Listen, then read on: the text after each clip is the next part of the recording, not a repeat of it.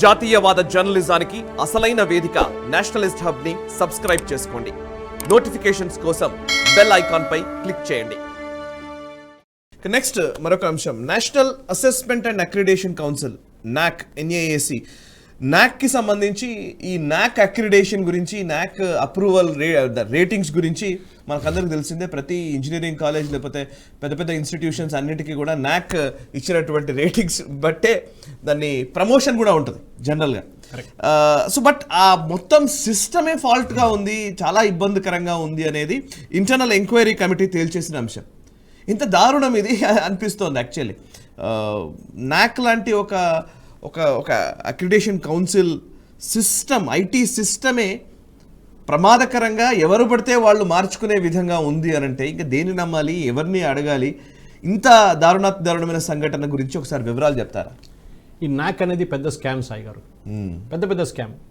IIT లాంటి institute లేని ర్యాంకింగ్కి చిన్న ఇంజనీరింగ్ కాలేజ్కి ఇస్తున్నారు.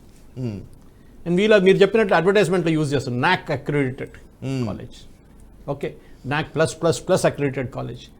ఈ రెండు స్కామ్లు ఉన్నాయి దీంట్లో. ఒకటి ప్లేస్మెంట్, అందరికి తెలుసు ప్లేస్మెంట్ ఎట్లా నడుస్తుందని ఇంజనీరింగ్ కాలేజ్ నుంచి, అందరికి తెలుసు. అది ప్లేస్మెంట్ ఇస్తారు కానీ ఆఫర్ లెటర్ రావు పిల్లలకి, అది ఇంకో స్కామ్. అది కాకుండా నాక్ దానికన్నా పెద్ద స్కామ్. ఎందుకంటే వీళ్ళు అట్రాక్ట్ చేయడానికి నాక్ ర్యాంకింగ్. చాలామంది కన్సల్టెంట్స్ ఉన్నారు ఈ ఫీల్డ్లో, నాకు కూడా తెలుసు చాలామంది. దాంట్లో వీళ్ళ పని ఏంటంటే ఏజెంట్లు. వీళ్ళు ఫస్ట్ ఏం చూస్తారంటే ఎవడు వస్తున్నాడు, ఎవరు దీనికి రివ్యూ చేయడానికి ఎవరు వస్తున్నారు, ఏ కాలేజ్ నుంచి వస్తున్నారు, వాళ్ళని ఫస్టే కాంటాక్ట్ చేస్తారు. లక్షల డబ్బులు ఇస్తారు సాయి గారు. నేను చెప్పింది కాదు, ఎంక్వైరీ కమిటీ అడిగారు. ఇప్పుడు assets of all those who did accreditation the last 10 years నాక్ accreditation, they asset should be checked. అంటే వాళ్ళు ఎన్ని ఇల్లు కట్టుకున్నారు, ఎన్ని అపార్ట్మెంట్లు కొనుక్కున్నారు, ఎన్ని కార్లు కొనుక్కున్నారు అని డీటెయిల్స్ పెట్టమంటున్నారు.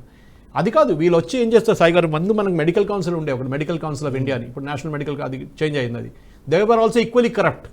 వాళ్ళు ఈ కాలేజెస్కి వెళ్ళి, మెడికల్ కాలేజ్కి వెళ్ళి సర్ప్రైజ్ ఇన్స్పెక్షన్ చేస్తారు. చేయాల్సిన రూల్ ఉంది. వాళ్ళు ఏం చేస్తారు, వచ్చే ఒక వారం ముందే చెప్పేస్తారు మేము వస్తున్నాము, మీరు అన్నీ రెడీ పెట్టుకోండి అంటారు. సో లేనిపోయిన పేషెంట్స్ని పక్క చుట్టుపక్కల ఊరు నుంచి తీసుకొచ్చి బెడ్ల మీద పడుకోబెడతారు.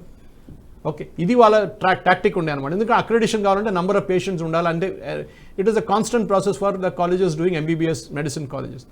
కానీ ఇంజనీరింగ్ ఈ స్ట్రీమ్లో కూడా వచ్చినప్పుడు, ఈవెన్ మేనేజ్మెంట్ స్ట్రీమ్లో కూడా ఇది ఎక్కడ వస్తుందంటే, ఈ ర్యాంకింగ్ ఎంటర్ చేసే సిస్టమ్ ఒక computer system, basic computer system. దానికి చెక్స్ అండ్ బ్యాలెన్సెస్ లేవు. ఎవడో ఎంటర్ చేస్తున్నాడు, ఎవడో ర్యాంకింగ్ చేంజ్ చేస్తున్నాడంట. మనం ఇది జరిగిన ఎంక్వైరీ తర్వాత వచ్చిన రిపోర్ట్లో వచ్చింది క్లియర్గా.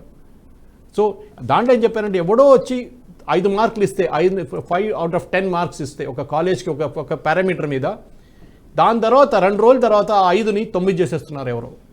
ఎవరు చేశారో తెలియదు, దానికి లాగ్ ఉండదు. మీరు ఒక ఫేస్బుక్కి వెళ్ళి మీ ఫేస్బుక్ పోస్ట్ చేసిన ఫేస్బుక్ని మీరు ఎడిట్ చేస్తే, మీరు ఎన్నిసార్లు ఎడిట్ చేస్తే అని చూడొచ్చు దాంట్లో. Correct, you can see the time also when you edited it. దీంట్లో లాగ్ బుక్స్ కూడా లేవు, ఏం లేవు అనమాట. నాక్ది అన్నిటికంటే పెద్ద ప్రాబ్లం ఇది. So definitely what needs to be done is, ఈ నాక్ని మొత్తం ఫస్ట్ క్లీనప్ చేయాలి.